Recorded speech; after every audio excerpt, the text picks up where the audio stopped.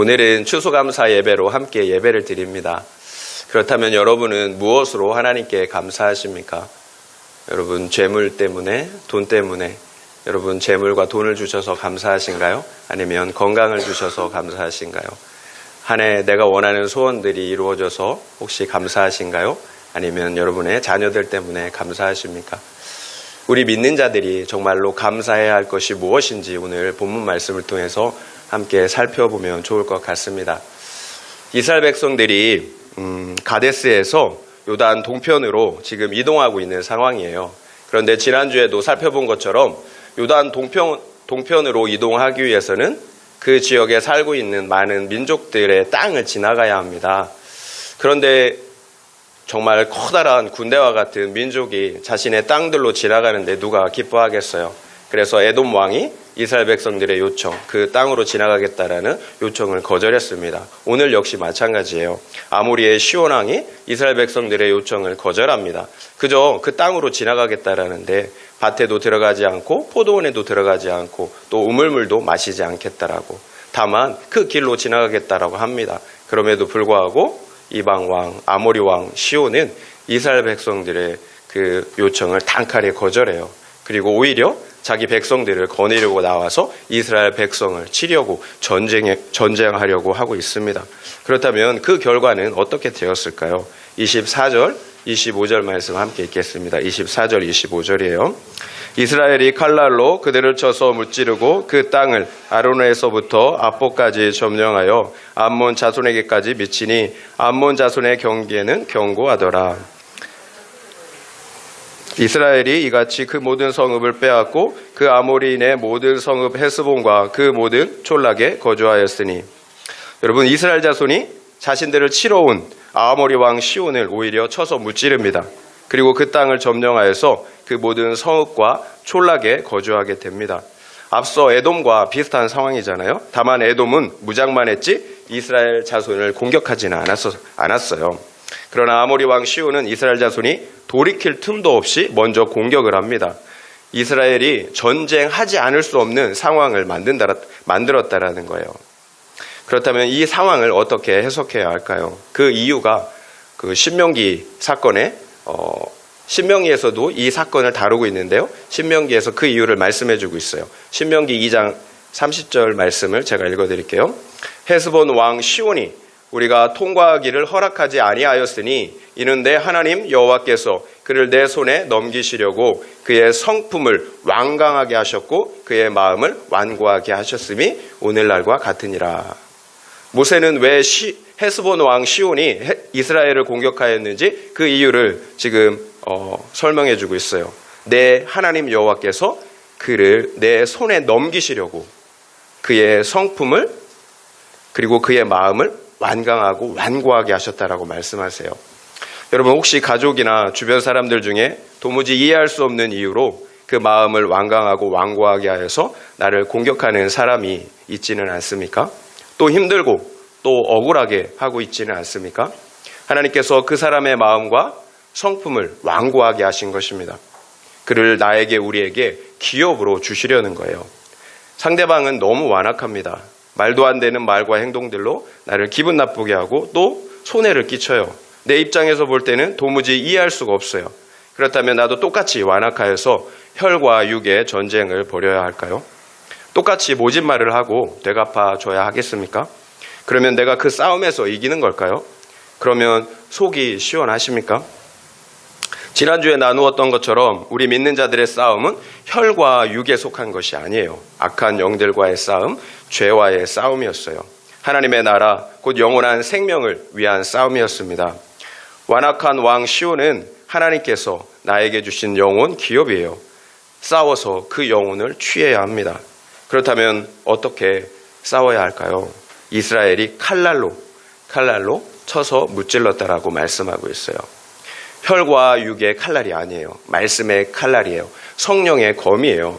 그렇다면 여러분은 영적 전쟁에서 승리할 수 있는 말씀의 칼날을 가지고 있습니까? 아니면 말씀의 칼날이 아니라 혈과 육의 칼날을 휘두르면서 피를 흘리고 있지는 않습니까? 우리가 영적 전쟁에서 무기력한 이유, 악한 사탄에게 패하는 이유예요. 말씀에 칼날이 없기 때문이에요. 혈과 육으로 싸우기 때문이에요. 우리가 영적 전쟁의 모습을 예수님을 통해서 배워야 합니다. 예수님께서 40일 동안 금식하셨잖아요. 그리고 금식하신 후에 사탄과의 싸움에서 어떻게 승리했습니까? 오직 말씀으로만 승리하셨어요. 우리가 이것을 배워야 합니다. 하나님의 아들이 십자가를 지셨어요. 하나님의 아들이 십자가를 지셨어요. 억울해도 분해도 십자가를 지셨어요. 다른 이유가 없어요. 십자가를 지는 것이 하나님의 말씀에 순종하는 것이기 때문이에요. 결국 예수님은 십자가로 죄와 사망을 그리고 악한 영들을 이기셨어요.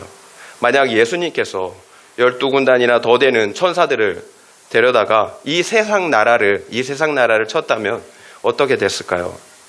여러분, 당장은 승리한 것처럼 보이겠죠. 당장은 승리한 것처럼 보여요. 그러면 우리 기분이 좋잖아요. 당장은. 그러면 우리의 인류의 죄는 그대로 있는 거예요. 우리는 그러면 여전히 그 죄 가운데 죽는다라는 거예요. 승리한 것처럼 보이지만 실상은 패한 거예요. 여러분, 혈과 육으로 정치적인 싸움과 선동으로 이 세상을 이길 수가 있을까요?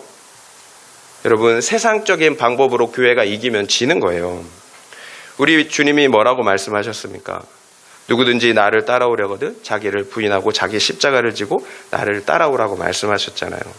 여러분, 결국 믿음의 문제예요. 왜 우리가 세상의 방법으로 이기려고 할까요? 십자가로 이기려는 것 시도를 하지 않아요. 믿음이 없기 때문이에요. 여러분, 정말로 영적 전쟁에서 사탄에게서 승리하기를 원하십니까? 그러면 예수님을 따라가는 거예요. 자기를 부인하고 자기 십자가를 지는 것입니다. 여러분, 내 죄가 보이지 않으면 절대로 자기를 부인할 수가 없어요. 십자가를 지고 주님을 따라갈 수가 없어요. 주님은 한 알의 밀알이 되라고 말씀하셨어요. 여러분, 세상 방법으로 싸우면 속는 거예요. 무지한 거예요. 예수님이 말씀하셨잖아요. 한 알의 밀알이 땅에 떨어져 죽지 않으면 한 알 그대로 있지만 죽으면 많은 열매를 맺는다라고 말씀하셨어요. 여러분, 죽어야 사는데, 죽어야 이기는데 여러분 죽기가 싫잖아요. 그래서 반드시 성령의 검, 말씀의 검을, 말씀의 칼날을 가져야 합니다. 그래서 내 죄를 먼저 죽여야 하는 거예요. 내 죄를 먼저 죽여야 합니다. 내가 먼저 죽어야, 그래야 상대방의 영혼을, 그 상대방의 영혼의 구원을 위해서 싸울 수가 있어요. 그 영혼을 기업으로 얻을 수가 있다라는 거예요. 제가 온전히 이 말씀대로 살기 때문에 이 말씀을 여러분에게 전하는 것이 아니에요. 오히려 우리가 나가야 할 방향이기 때문에 말씀을 드리는 거예요. 여러분, 알아도 살지 못하는데 알지 못하면 어떻게 되겠습니까? 여러분, 그래서 우리가 기도해야 하는 거예요. 나의 능력으로 안 되잖아요. 성령의 능력을 힘입어야 합니다. 하나님의 능력을 간구해야 하는 거예요. 그래서 말씀의 검을 가져야 하는 것이고요. 성령의 능력을 힘입기 위해서 기도를 해야 하는 것입니다. 예수님이 이기신 방법이 이 방법이잖아요. 기도하셨잖아요. 40일 동안. 그리고 말씀으로 사탄을 이기셨어요. 분명히 선으로 악을 이기라고 말씀하셨어요. 여러분, 악으로 악을 이기라고 말씀하지 않으셨어요. 살리는 것은 영이니 육은 무익하다라고 분명히 주님은 말씀하셨어요. 여러분, 똑같이 혈기 부리고 분내고 미워하고 있다면 사탄에게 속는 거예요. 여러분, 상대방에게 억울하게 당하는 것을 기분 나빠하지 마시고 한번 바꿔서 생각해 보세요. 사탄이 웃고 있다라고 생각해 보세요. 얼마나 억울해요. 여러분, 상대방만 생각하지 마시고 사탄이 지금 피웃고 있다라고 생각해 보세요. 나도 죽고 상대방도 죽는 거예요. 결국 내가 혈기를 부리는 이유는 구속사의 말씀이 없기 때문이에요. 여전히 내가 나의 행복과 성공만을 바라는 기복의 말씀을 가지고 있기 때문이에요. 예수님이 십자가를 지신 그 이유를 우리가 깊게 묵상을 해야 하는 것입니다. 33절부터 35절까지 말씀 한번 읽겠습니다. 33절부터 35절이에요. 그들이 돌이켜 바산길로 올라가매 바산왕 옥이 그의 백성을 다 거느리고 나와서 그들을 맞아 에드리에에서 싸우려 하는지라. 여호와께서 모세에게 이르시되 그를 두려워하지 말라. 내가 그와 그의 백성과 그의 땅을 내 손에 넘겼나니 너는 헤스본에 거주하던 아모리인의 왕 시온에게 행한 것 같이 그에게도 행할지니라. 이에 그와 그의 아들들과 그의 백성을 다 쳐서 한 사람도 남기지 아니하고 그의 땅을 점령하였더라. 이스라엘 자손이 돌이켜 바산길로 올라갔습니다. 그런데 이번에는 바산 왕 옥이 그의 백성들을 거느리고 나와서 이스라엘 백성과 싸우려고 합니다. 그때 여호와께서 또다시 모세에게 말씀하십니다. 그를 두려워하지 말라. 내가 그와 그의 백성과 그의 땅을 내 손에 넘겼다라고 하세요. 너는 헤스본 왕 시온에게 행한 것 같이 그에게도 행하라고 말씀하세요. 결국 이스라엘 자손이 앞서 아모리 왕 시온을 친 것처럼 바산 왕 옥을 쳐서 한 사람도 남기지 않고 진멸하였습니다. 그리고 그의 땅을 기업으로 점령해요. 기업으로 차지하게 된다라는 거예요. 여러분 놀랍지 않나요? 이스라엘 자손이 이방 민족과의 전쟁에서 연승을 하고 있어요. 이스라엘 자손은 앞서 자신들을 공격하였던 가나안 족속 아라도 왕을 호르마에서 진멸하였어요. 그리고 자신들을 공격해오는 아모리 왕 시온과 바산 왕 옥을 차례대로 쳐서 무찌르고 있다라는 거예요. 이게 어떻게 된 일일까요? 분명 이스라엘 자손은 40년 전 가나안 땅 앞에서 오합지졸의 모습을 보여주었어요. 호르마에서 진멸되었다라는 거예요. 그렇다면 대체 이스라엘 자손이 얼마나 강력해진 것입니까? 지난주에도 말씀드린 것처럼 이것이 40년 광야 생활의 결과예요. 외형적으로는 전혀 변한 것이 없어 보이지만 그 속사람만큼은 엄청나게 변화되었다라는 거예요. 어떤 전쟁에서도 승리할 수 있는 하나님의 강한 군사가 된 것입니다. 여러분 다른 이유가 없어요. 이제 하나님의 말씀의 칼날을 가지게 되었기 때문입니다. 이제는 나를 의지하는 것이 아니라 오직 죽은 자를 다시 살리시는 하나님만 믿고 의지하기 때문이에요. 나를 의지하면 똑같아요. 하지만 하나님을 의지하여서 내가 싸우는 것이 아니라 하나님이 싸우실 수 있도록 믿음을 갖게 되었다라는 거예요. 큐티하는 여자 책을 보면 김양자 목사님이 어떻게 영적 군사로 세워지는지, 그리고 자신을 대적하는 완악한 가족들을 어떻게 쳐서 기업으로 삼았는지를 잘 볼 수가 있어요. 서울대를 나온 목사님은 부유한 장로님 집안의 의사 남편에게 시집을 가게 됩니다. 10년 동안 교회에서 반주하며 교회를 잘 섬겼기 때문에 복받은 거라고, 잘하는 결혼이라고 주변에서는 그렇게 입을 모았다고 합니다.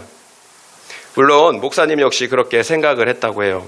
그 당시 대학 교수를 꿈꾸었던 목사님은 부잣집에 시집가서 유학 갈 생각을 했었다고 합니다. 그러나 실제 결혼 생활은 목사님이 예상했던 것과는 정반대였어요. 장로 집안이었지만 믿음이 없어요. 시부모님과 남편, 게다가 가부장적인 집안 분위기 속에서 힘든 시집살이와 고난을 겪게 됩니다. 무학자 시어머니가 서울대를 졸업한 며느리를 얼마나 무섭게 시집살이 시키는지, 서울대를 나온 며느리가 허드렛 일, 걸레질만 하루 종일 하는 거예요. 그러면서 대학까지 나오면 못하냐고, 이런 일도 못하는데 타박하고 나무랍니다. 그러니까 주눅이 들잖아요. 서울대를 나왔어도 진짜 바보가 되는 거예요. 심지어 식모하는 분까지 목사님을 무시했다고 합니다. 결국 견디다 못한 목사님은 집을 나가고 이혼까지 결심을 하게 됩니다. 그러나 그 고된 시집살이를 통해서 하나님을 인격적으로 만나게 돼요. 그리고 살기 위해서 성경 말씀을 붙잡게 되었습니다. 에스겔처럼 그발강가에 사로잡히는 그런 상황이 되니까 하나님의 말씀이 들리기 시작했다라는 거예요. 하나님의 말씀이 들리기 시작하니까 내 죄가 보여요. 내 야망과 행복을 위해서 결혼한 죄가 보였어요. 그리고 남편과 시어머니에 대한 사랑 없음의 죄가 보였어요. 그러니까 지금까지 고분고분 순종했던 것은 시부모님과 남편에게 잘 보이기 위해서 굴종했던 것이지 믿음도 사랑도 아니었다라는 거예요. 그래서 몸도 마음도 병들었던 것입니다. 이렇게 말씀이 들리니까 내 죄가 보여요. 또 내 죄가 보이니까 내가 살아납니다. 이 모든 상황이 나의 거룩과 구원을 위한 하나님의 세팅이라는 것이 해석이 되니까 내가 살아나게 된다라는 거예요. 결국 시집살이 고난이, 그 광야의 시간들이 나를 정말로 죽이는 것이 아니라 오히려 말씀이신 예수님이 찾아오시는 구원의 사건이 되더라는 거예요. 이것이 구속사잖아요. 예수님이 찾아오시는 역사가 구속사예요. 각 개인의 역사 가운데 구속사가 있다라는 거예요. 그러면 완악한 시어머니도 남편도 영혼으로서 사랑할 수가 있습니다. 그러니까 그전에는 두려워서 하지 못했던 말들을 할 수가 있어요. 내 자신의 숨겨두었던 죄, 시어머니를 미워했던 죄를 솔직하게 시어머니한테 나눌 수가 있다는 거예요. 그러자 시어머니 역시 자신의 완악한 죄를 며느리와 나눕니다. 있을 수 없는 변화잖아요. 내가 상대방을 사랑하면 상대방도 알아요. 그래서 미움을 가지고 어쩔 수 없이 상대방에게 굴종하고 있는 것인지 아니면 사랑의 마음으로 상대방의 잘못을 권면해주고 있는 것인지 안다라는 거예요. 이처럼 말씀을 통해서 먼저는 내가 살아나요. 그리고 완악했던 시어머니와 함께 큐티 나눔을 통해서 시어머니의 영혼을 구원으로 인도할 수가 있었다라는 거예요. 결국 하나님께서 완악한 시어머니의 영혼을 목사님에게 기업으로 주신 것입니다. 이뿐만이 아니에요. 산부인과 의사였던 목사님의 남편분이 얼마나 가부장적인지 그저 힘들기만 한 결혼 생활이었어요. 그러나 김양재 목사님에게 말씀이 들리자 역시 남편과의 관계에서도 변화가 생기기 시작했어요. 나는 지금 죽어도 천국에 갈 수가 있는데 남편은 천국에 갈 수가 없다라는 생각을 하니까 너무나 애통했다라고 합니다. 남편은 너무 건강해요. 또 산부인과가 너무 잘 나가요. 그러니까 목사님이 보실 때 예수님을 믿을 만한 동기가 전혀 없었던 거예요. 그래서 목사님은 남편의 구원을 위해서라면 어떤 고난이라도 허락해달라는 기도를 드리기 시작했다고 합니다. 심지어 내 생명을 거두어 가시더라도 그 영혼을 남편을 구원해달라고 기도했다고 합니다. 여러분, 어떤 누군가의 구원을 위해서 여러분 이처럼 기도할 수가 있겠습니까? 내 목숨을 내놓는 기도를 드릴 수가 있습니까? 그 당시에 목사님은 남편의 영혼 구원을 위해 간절한 마음으로 기도했기 때문에 두려울 것도 참을 것도 없었다고 합니다. 앉으라고 하면 앉고 서라면 서고 나가다가도 들어오라고 하면 들어오고 전화하다가도 끊으라고 하면 끊었다고 해요. 오직 남편의 구원을 위한 순종이다 보니까 힘들거나 속상하지 않았다라고 말합니다. 한 번은 탈모 치료를 위해 받아놓은 샴푸를 아들이 자꾸 사용하길래 그러지 말라고 나무랬다가 엄청난 남편에게 봉변을 당한 적이 있습니다. 술 먹고 취한 남편이 화를 내면서 엄마가 아들에게 그깟 샴푸를 아까워한다며 그 샴푸를 목사님의 머리 위에 전부 부어버렸다고 합니다. 샴푸가 머리에서부터 새 옷 위로 온몸에 흘러내리는데 아무 말도 하지 못하고 가만히 있었대요. 사람인데 그 속에서 얼마나 열분이 올라왔겠습니까? 계속해서 샴푸를 닦아내는데도 샴푸 거품이 쉽게 사라지지 않잖아요. 그럼에도 혈기로 남편을 대적하지 않았습니다. 이처럼 생명을 내놓는 기도가 1년을 넘어갔지만 여전히 남편은 변하지 않았습니다. 그런데 어느 한날 아무 병도 없이 건강했던 남편에게 간 동맥이 파열되는 사건이 찾아왔어요. 간 동맥이 파열되었어요. 여러분, 계속 간을 체크업했는데 간에 어떤 수치상 문제가 없었어요. 근데 간암이에요. 간 동맥이 파열되는 사건이 찾아왔어요. 의사니까 너무나 잘 알아서 계속 체크업을 했는데 어느 한날, 이거는 과학적으로 설명할 수가 없죠. 45살이라는 젊은 나이에 간 동맥이 파열되는 어느 한날 그 사건이 찾아왔다라는 거예요. 이러한 갑작스러운 죽음은 그렇지만 남편의 구원을 위한 목사님의 기도 응답이었어요. 남편분은 마지막 임종 전에 그동안 자신이 교회에 나가지 못했던 이유가 산부인과 의사로서 수없이 낙태죄를 지었기 때문이라고, 그 죄책감 때문에 교회에 나갈 수가 없었다고 고백을 하였다고 합니다. 그리고 그 모든 죄를 회개하고 구원을 받으셨어요. 결국 하나님께서 완악한 시온과 바산왕 옥을 이스라엘 자손에게 기업으로 주셨던 것처럼 완악한 시어머니와 남편을 김양재 목사님에게 기업으로 주신 것입니다. 그러나 여러분, 이렇게 기도가 응답이 된다면 여러분은 가족 구원을 위해서 기도하시겠습니까? 30대 후반에 아이 둘을 데리고 청산 과부가 되었습니다. 세상 기준으로 본다면 완전히 망한 거죠. 망한 거예요. 그러나 영원한 생명의 가치로 바라본다면 여러분, 망한 게 아니잖아요. 여러분, 그래서 쉽지가 않아요. 여러분, 믿음으로 바라보는 것과 믿음으로 바라보지 않는 것은 너무나 엄청난 차이가 있어요. 이 땅의 기업이 여러분 중요하죠. 그러나 이 세상에서 가장 많은 땅을 차지했던 사람들, 알렉산더 대왕, 진시 황제, 징기스칸과 같은 정복자들이 지금 어디에 있나요? 그들이 소유했던 그 수많은 땅들 중에 그들이 한 뼘이라도 가지고 갔습니까? 여러분, 결국 믿음의 문제겠죠. 여러분, 영원한 생명을 우리가 믿느냐 믿지 않느냐의 문제예요. 믿음의 문제예요. 김양재 목사님의 남편분이 그렇게 힘들게 번 돈 중에 10원 한 장이라도 가지고 갔습니까? 여러분, 하나님이 지금 나를 데려가신다면 지금 가지고 있는 것들이, 그리고 지금 내가 갖지 못해 힘들어하고 있는 것들이 무슨 소용이 있겠어요? 여러분, 아무것도 아니에요. 영원한 생명, 기업을 얻지 못한다면 아무런 의미도 없어요. 여러분, 그럼에도 제 말에 동의를 못 하시죠? 여러분, 제 말에 동의를 못 하시죠? 믿음의 문제예요.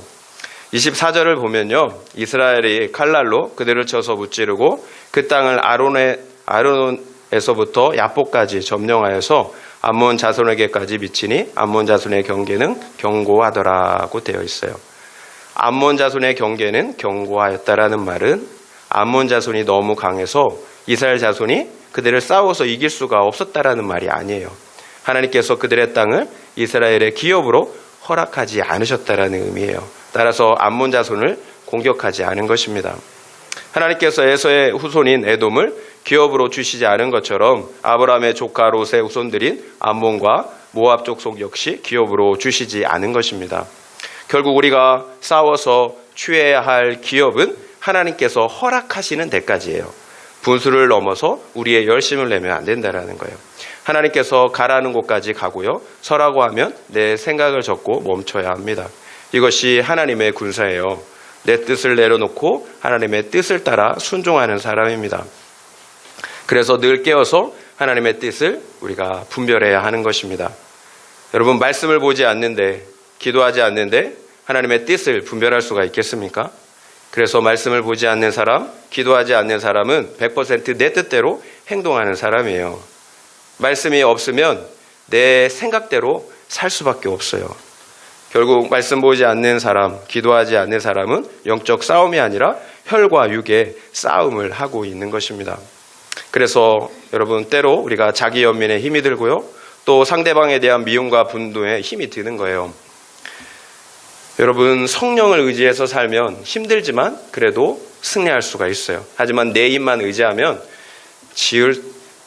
여러분, 그 싸움에서, 영적 싸움에서 여러분 어떻게 이깁니까? 왜 김양자 목사님께서 처음 결혼하셨을 때 완악한 시어머니 남편에게 당했겠습니까? 말씀이 없었기 때문이에요. 말씀의 칼날이 없었기 때문이에요. 오직 기복의 가치관을 가지고 내 야망과 행복을 위해서 결혼했는데 곧바로 시집살이가 시작이 됩니다. 그러면 내 결혼 생활과 인생이 해석이 안 되는 거예요.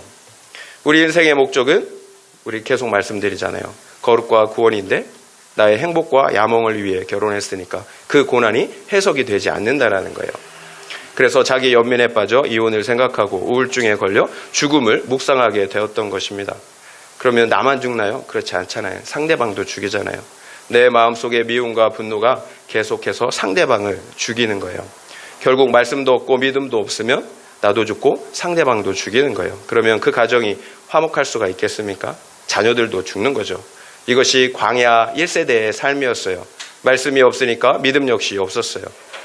그러나 시집살이라는 그 광야 생활의 유익은 그 광야의 생활을 통해서 하나님의 말씀, 구속사의 말씀이 들리기 시작했다라는 거예요.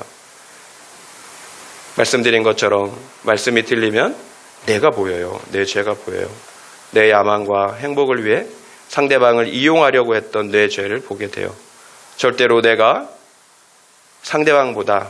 완악한 상대방보다 더 의롭지가 않다라는 거예요. 똑같은 죄인이에요. 아니면 오히려 내가 더 큰 죄인일 수도 있어요. 왜 그럴까요? 나는 알잖아요. 알고 지은 죄. 그 사람은 모르고 지었어요. 내가 어떤 용서, 사랑을 받았는지를 알게 돼요. 내 죄를 보면. 그러면 내가 받은 용서와 사랑으로 상대방을 사랑할 수가 있습니다. 믿음은 반드시 사랑을 낳게 되어 있어요. 이것이 성경의 가르침이에요. 믿음은 하나님께 대한 사랑을 갖게 하고요. 그리고 다른 영혼들에 대한 사랑을 갖게 합니다. 이것이 성경의 가르침이에요. 김영재 목사님이 사랑을 갖게 되니까 어떻게 기도했습니까? 남편의 구원을 위해서라면 어떤 고난이라도 허락해 달라고 기도했잖아요. 심지어 내 생명을 거두어 가시더라도 그 영혼을 구원해 달라고 기도했잖아요. 그 안에 예수의 생명이 없다면 가능하겠습니까? 생명이 있기에 가능한 일이죠. 예수의 생명을 가진 사람은 예수님처럼 살아요. 여러분, 믿음이 무엇이라고 생각하십니까? 우리 하나님 예수 그리스도가 우리 믿음의 실제가 되시는 거예요. 믿음은 관념이 아니에요. 예수 그리스도 하나님이 우리 믿음의 실제가 되는 거예요. 여러분, 내 모든 죄가 사함받고 구원받았다라는 사실을 여러분 어떻게 알 수가 있습니까? 여러분, 보이지 않는 하나님과 그 하나님이 다스리시는 천국이 있다라는 사실을 여러분 어떻게 알 수가 있습니까? 우리 하나님 예수 그리스도가 내 안에 임재해 계시기 때문이에요. 이것이 성경이 말씀하시는 믿음의 실제예요. 부활하신 주님이 내 안에 있잖아요. 그래서 그 부활하신 주님이 말씀하시는 말씀들이 다 믿어지는 거예요. 그래서 믿는 것이 아니라 믿어지는 거예요, 믿음은. 여러분, 우리가 가질 수 있는 그 무엇이 아니에요. 하나님께서 내 안에 실제하시기 때문에 그래서 아는 것이고 믿는 거예요. 이런 생명의 실제가 없다면 어떻게 내 생명을 가져가시더라도 배우자, 자녀, 형제, 자매를 구원해 달라라는 기도를 할 수가 있겠습니까? 어떻게 구원을 위한 것이라면 어떤 고난이라도 허락해 달라는 그런 기도를 할 수가 있겠어요? 또 어떻게 구원을 위해서 손과 발이 가는 수고와 섬김의 순종을 할 수가 있겠습니까? 그래서 광야가 유익한 것입니다. 광야를 통해 정금보다 귀한 믿음을 갖게 하시기 때문이에요. 나의 구원뿐만이 아니라 나를 대적하는 그 사람을 구원할 수 있는 사랑을 겸한 믿음을 갖게 하시기 때문이에요. 만약 목사님이 원하는 대로 남편이 잘해 주었다면, 또 유학을 가서 교수가 되었다면 과연 구속사의 말씀이 들렸겠습니까? 만약 내가 원하는 행복과 야망을 이루는 인생을 살았다면 말씀으로 오신 그 예수님을 만날 수가 있었겠습니까? 세상이 주는 행복과 성공, 그 향락에 취해 살다가 끝마치는 인생이 되었을 거예요. 수많은 영혼을 살리는 군사가 되는 것이 아니라 오히려 자신의 구원조차 이룰 수가 없는 그런 인생이 됐을 수도 있다라는 거예요. 여러분은 항상 풍요로운 환경, 안락한 환경을 꿈꾸지 않습니까? 그런데 여러분 어떤가요? 좋은 환경이 되면 하나님을 찾습니까? 하나님이 주신 그 풍요로움과 행복을 즐기느라 하나님은 늘 뒷전이잖아요. 그러다가 완악한 시온이나 바산왕 옥을 만나게 되면 그제서야 정신이 들어요. 그제서야 하나님을 찾는다라는 거예요. 왜 하나님께서 우리를 광야에 두시겠습니까? 계속해서. 하나님이 늘 우리가 풍요로운 삶, 행복한 삶을 사는 것이 싫으시겠습니까? 하나님께서 우리에게 원하시는 목적이 이루어지지 않았기 때문이에요. 진정으로 회개하고 돌이킴이 없다라는 거예요. 여러분, 말씀의 사람이 되어야 합니다. 그래서 내 죄를 보고 돌이켜야 합니다. 그래서 사랑으로 한 영혼을 취할 수 있는 믿음의 사람이 되어야 합니다. 그래야 광야의 시간이 끝이 나요. 적용 질문 드리겠습니다. 나를 공격하는 완악한 사람이 누구입니까? 하나님께서 나에게 주신 영혼 기업으로 인정이 되십니까? 그래서 구속사 말씀의 칼날로 내 죄를 잘라내고 또한 상대방의 구원을 위해 손과 발이 가는 사랑의 수고를 하십니까? 아니면 혈과 육으로 대적하십니까? 한번 생각해 보시기 바랍니다. 나를 공격하는 완악한 사람이 누구입니까? 하나님께서 나에게 주신 영혼 기업으로 인정이 되십니까? 그래서 구속사 말씀의 칼날로 내 죄를 잘라내고 또한 상대방의 구원을 위해 손과 발이 가는 사랑의 수고를 하십니까? 아니면 혈과 육으로 대적하십니까? 한번 생각해 보시기 바랍니다. 31절부터 32절 말씀 읽겠습니다. 31절부터 32절이에요. 이스라엘이 아모리인의 땅에 거주하였더니 모세가 또 사람을 보내어 야세를 정탐하게 하고 그 촌락들을 빼앗고 그곳에 있던 아모리인을 몰아내었더라. 이스라엘이 아모리인의 땅에 거주할 때 모세가 사람을 보내서 야세를 정탐하게 하였습니다. 그리고 그 촌락들을 빼앗고 그곳에 있던 아모리인을 다 몰아내었습니다. 왜 모세가 남아있던 소수의 아모리인까지 다 몰아내었을까요? 여러분, 구속사로 생각해야 합니다. 사람을 몰아내는 것이 아니에요. 영적인 싸움은 우리 기업 안에 있는 죄를 몰아내는 것입니다. 그러니까 우리 안에 있는 죄, 공동체 안에 있는 죄를 완전히 몰아내야 하기 때문이에요. 35절을 보면요, 바산왕 옥과의 전쟁에서도 이스라엘이 그의 백성을 다 쳐서 한 사람도 남기지 아니하고 그의 땅을 점령하였다고 이렇게 기록하고 있어요. 이처럼 영적 전쟁은 죄를 몰아내고 죄를 진멸하는 나와 공동체의 거룩과 구원을 이루는 싸움이에요. 영적 전쟁은 혈과 육의 전쟁이 아니라 죄를 완전히 진멸해서 몰아내는 그런 거룩의 싸움이에요. 여러분, 두 가지 이유가 있어요. 먼저는 이방인을 몰아내지 않으면 그들이 다시 강성해져요. 그럼 이스라엘 족속을 공격해 올 수가 있겠죠. 그러면 다시 죄와 죽음의 종이 되는 것입니다. 그래서 죄의 뿌리를 뽑아내라는 거예요. 또 다른 하나의 이유는 이방인들을 몰아내지 않으면 이방인들이 우리의 올모가 돼요. 함정이 된다라는 거예요. 이방인들이 자신들이 섬기는 우상을 통해 계속해서 우리를 유혹합니다. 그래서 하나님의 말씀을 떠나 세상 가치와 향락을 따라 살게 한다라는 거예요. 그러면 무서운 것이 있어요. 하나님의 나라 백성들이 나도 알지 못하는 사이에 조금씩 세상 나라 백성들로 동화되어 간다라는 거예요. 나도 모르는 사이에요.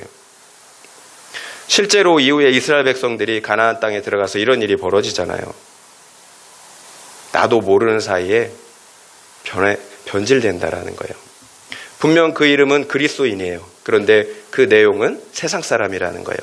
여러분, 이것이 위험한 거예요. 그 이름도 내용도 세상 사람이면 속을 일이 없죠. 그런데 그 이름은 그리스도인이에요. 선지자예요. 그리스도예요. 그런데 그 내용은 사탄이에요. 세상 사람이에요. 그래서 속는 거예요. 예수님께서도 분명 마지막 심판날에 알곡과 가라지를 가리신다라고 말씀하셨잖아요. 알곡은 모아 곳간에 들이지만 가라지는 태워버린다라고. 그 기준은 분명해요. 나무는 그 열매를 보고 안다라고 말씀하셨어요. 하나님의 말씀에 순종하는 열매를 맺고 있습니까? 그러면 알곡이에요. 그러나 말씀에 순종하지 않는다면 열매가 없다면 가라지겠죠. 그래서 우리는 우리의 죄에 대해서 단호해야 합니다. 날마다 말씀 묵상을 통해서 내 죄를 보며 그 죄를 잘라내야 합니다. 여러분, 우리의 죄를 일단 허용하면 그 다음부터 더 큰 죄를 허용하게 돼요. 그래서 용납하면 안 된다라는 거예요. 이 정도면 괜찮겠지. 그것이 더 큰 죄를 몰고 온다라는 거예요. 그 죄가 나버려 두면 더 강해져요. 그래서 우리의 영혼을 결국 죽이고 만다라는 거예요. 우리가 남겨둔 그 죄가 결국 말씀을 떠나게 하고 하나님을 떠나게 한다라는 거예요. 적용 질문 드리겠습니다. 하나님의 백성으로 내가 아직 몰아내지 못한 이방인의 죄는 무엇입니까? 그 이유가 무엇입니까? 그것이 올무가 되어 풍성한 생명을 누리지 못한다라는 사실을 알고 있습니까? 한번 생각해 보시기 바랍니다. 하나님의 백성으로 내가 아직 몰아내지 못한 이방인의 죄는 무엇입니까? 그 이유가 무엇입니까? 그것이 올무가 되어 풍성한 생명을 누리지 못한다라는 사실을 알고 있습니까? 말씀을 마무리하겠습니다. 왜 하나님께서 내게 우리에게 완악한 사람들을 보내시겠습니까? 첫 번째는 그 영혼을 쳐서 우리의 기업으로 삼게 하시려는 것입니다. 두 번째는 우리를 더 강한 군사로 훈련하시려는 것입니다. 여러분, 복싱에서 스파링 있잖아요. 스파링. 실제로 크고 작은 싸움을 싸워봐야 실력이 늘잖아요. 이것이 하나님께서 완악한 사람을 보내시는 이유예요. 첫 번째는 기업을 삼게 하시려는 것이고, 두 번째는 크고 작은 그 실제적인 영적 전쟁을 통해서 강한 군사로 우리를 훈련하셔서 더 크게 쓰시려는 것입니다. 김양재 목사님이 지금 큐티 목회로 얼마나 많은 사람들을 살리고 있습니까? 만약에 그 당시에 완악한 시어머니의 시집살이와 그리고 완악한 남편의 핍박이 없었다면 오늘날 구속사의 말씀과 그리고 큐티를 통해서 수많은 영혼들을 살릴 수가 있었겠습니까? 우리 육신의 눈으로 볼 때는 아무 유익도 없는 생고생 같지만 하나님께서 우리를 강한 군사로 만들어 가시는 과정이에요. 그래서 마침내 가나안 땅에 있는 대적들을 물리치고 가나안 땅을 영원한 기업으로 주시려는 것입니다. 수많은 영혼들을 우리의 기업으로 주시려는 것입니다. 결국 어떤 완악한 사람도 하나님께서 보내주신 영혼이에요. 중요한 것은 지금 내가 강한 군사로 준비되어 있느냐라는 거예요. 여러분, 이게 중요해요. 내가 강한 군사로 준비되어 있느냐. 여러분, 똑같이 어려운 상황이에요. 그런데 어떤 사람은 그 어려운 상황에서도 나의 거룩과 구원을 이루고 상대방의 구원을 이루는 사람이 있다라는 거예요. 그러한 반면 똑같은 상황인데 그 동일한 상황에서 나 자신조차 살지 못하는 사람이 있다라는 거예요. 여러분, 무슨 차이일까요? 똑같은 상황인데 실력 차이죠. 여러분, 믿음의 실력 차이예요. 세상에만 실력 차이가 있는 게 아니에요. 믿음에도 실력 차이가 있어요. 여러분은 어떤 사람이 되고 싶습니까? 어떤 사람이 복된 사람인 것 같습니까? 여러분, 날카로운 말씀의 칼날을 가지셔야 합니다.